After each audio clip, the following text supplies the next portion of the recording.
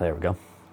All right, guys, I'm going to make this one relatively quick and quite loose speaking compared to like what I normally do. But I wanted to get this out. I wanted to talk about my routine because one, I just need to keep this channel alive. Two, there's going to be a second video going in a little bit more detail on all this. And three, I'm making a log series and this is going to be a good like precursor to that. So before I get into it though, if you want to support me and my team, check out peakmouthphysique.com for affordable PE equipment, free shipping on orders over $20 US for now, the United States, Canada, UK, and the European Union. If you guys have a request for a country for us to do free shipping in, let it be known in the comments below. Also, if you learned something, like the video. If you want to keep in the loop for all the projects that I'm doing, subscribe to the channel. Now that's out of the way, let's talk about dick. Okay, let's back up and talk about what we're really doing. We are trying to grow soft tissue. Now let's look at soft tissue elsewhere in the body. We can look at muscles, not that similar, but there's a few rules there. I predominantly look at tendons and ligaments. What causes a slowdown in growth? Our bodies have a system that we call homeostasis. It does not allow things to get too out of whack. So like if we have a chronic signal for growth somewhere, our bodies will actually downregulate how strong that growth response is, because it's very costly, rather, to constantly be trying to grow something. Secondly, if something gets out of balance, it's bad for the rest of the body.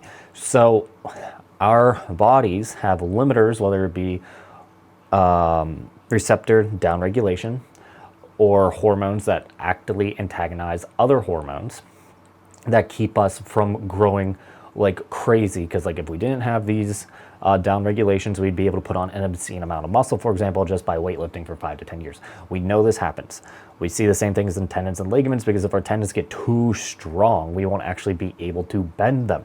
So point being is, if we assume the penis is a soft tissue made of collagen, it's going to respond somewhat similarly, that I really butchered that, somewhat similarly to tendons and ligaments. If we look at tendon and ligament data, based off of when this cellular downregulation happens of protein transcription, backing it up even more, your penis is made out of proteins mostly, not cells. The cells of your penis produce the proteins, and that's what gives structures to your penis. So what we're trying to do is produce a lot of proteins quickly with PE. That's the basis. So if we know that our body is going to stop producing proteins at the same rate it did at the very beginning, we should plan around that. Now, the data that I have seen now in both animal models and cell models, we see downregulation of protein transcription receptors upwards of 40 to 70% after 4 weeks of chronic exposure to growth factors. So what that means for PE is that if you stretch your dick for 4 weeks straight, by week 5 and 6, we're doing about half as much protein transcription at the same time. Now, the issue with that is there's other things going on at the same time. So like remodeling of the tissue happens at the same time, which is like, let's say about a 4 to 6 month period. So we need to balance that out too, but that's not what this video is about either. So if we look at what the models tell us, what the science tells us, is that if we're trying to be as efficient as possible with PE, we should be doing active sessions for about 4 weeks, and then what I'm calling a light recovery, active recovery session for 2 weeks. This is for a few reasons. One, it gives the tissue time to recover, it build more collagen, basically get past the backlog of scheduled work. And two, the receptors in the penis, the receptors in the penile cells will resensitize to the chronic growth factor release, while we are keeping the shape change going with these later sessions. So what I'm planning on doing, and let me pull up my sheet. All right, so for the working sessions, I'm going to go 4 weeks, probably 5 to 6 days a week. And this also gives me like a goal, like, okay, I only have to do PE this much for this set amount of time. and maybe it'll be much easier to motivate myself to just get to the finish line for each PE epoch that I've been calling it.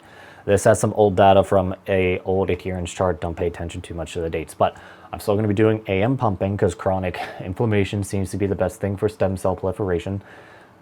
2, high tension extending to actually cause the release of growth factors, followed by interval pumping and clamping, because I've been having a few EQ issues. I'm not sure if it's just from lack of use or if it's from some like depression. I'll talk more about that in my video log.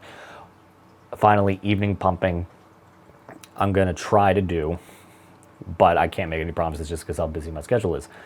I fixed my proportions, but basically, if we grade in this like a school rubric, 10% is going to be just AM pumping.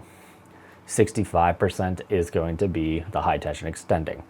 Interval pumping 10%, clamping 10%, and the PM session is going to be 5%.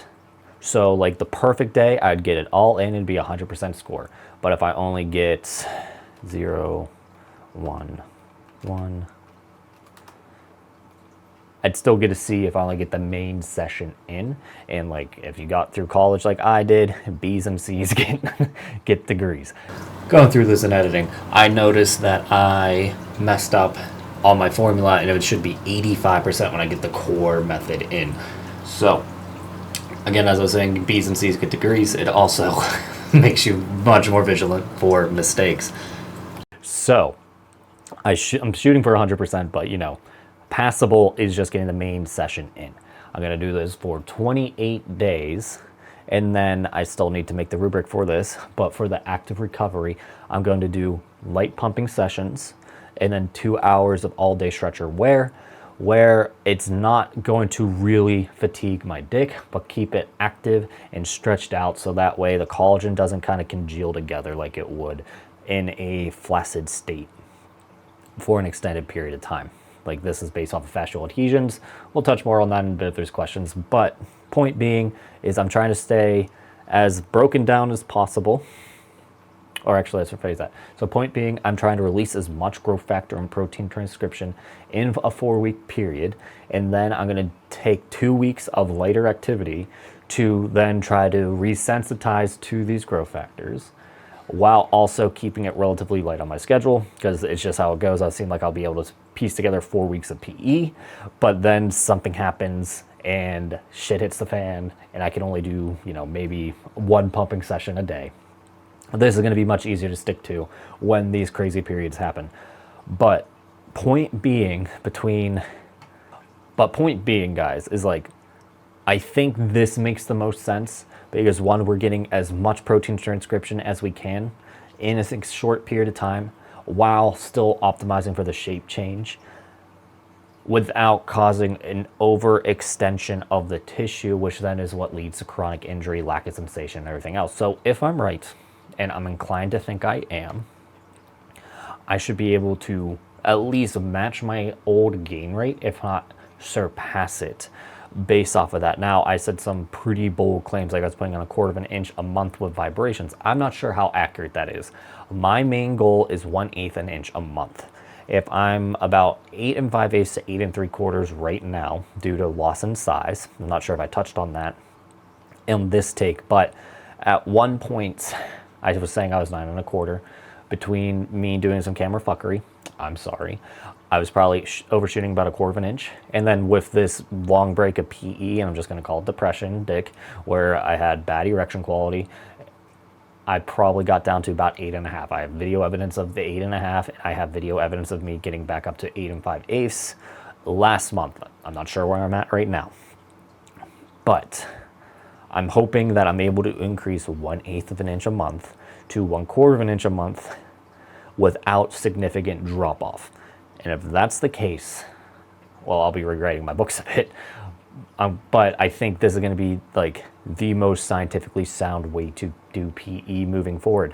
So you guys are welcome to follow along. I am making no claims of success, but I do think it's interesting, and I just wanted to keep you guys in the loop. So subscribe to keep up with the content.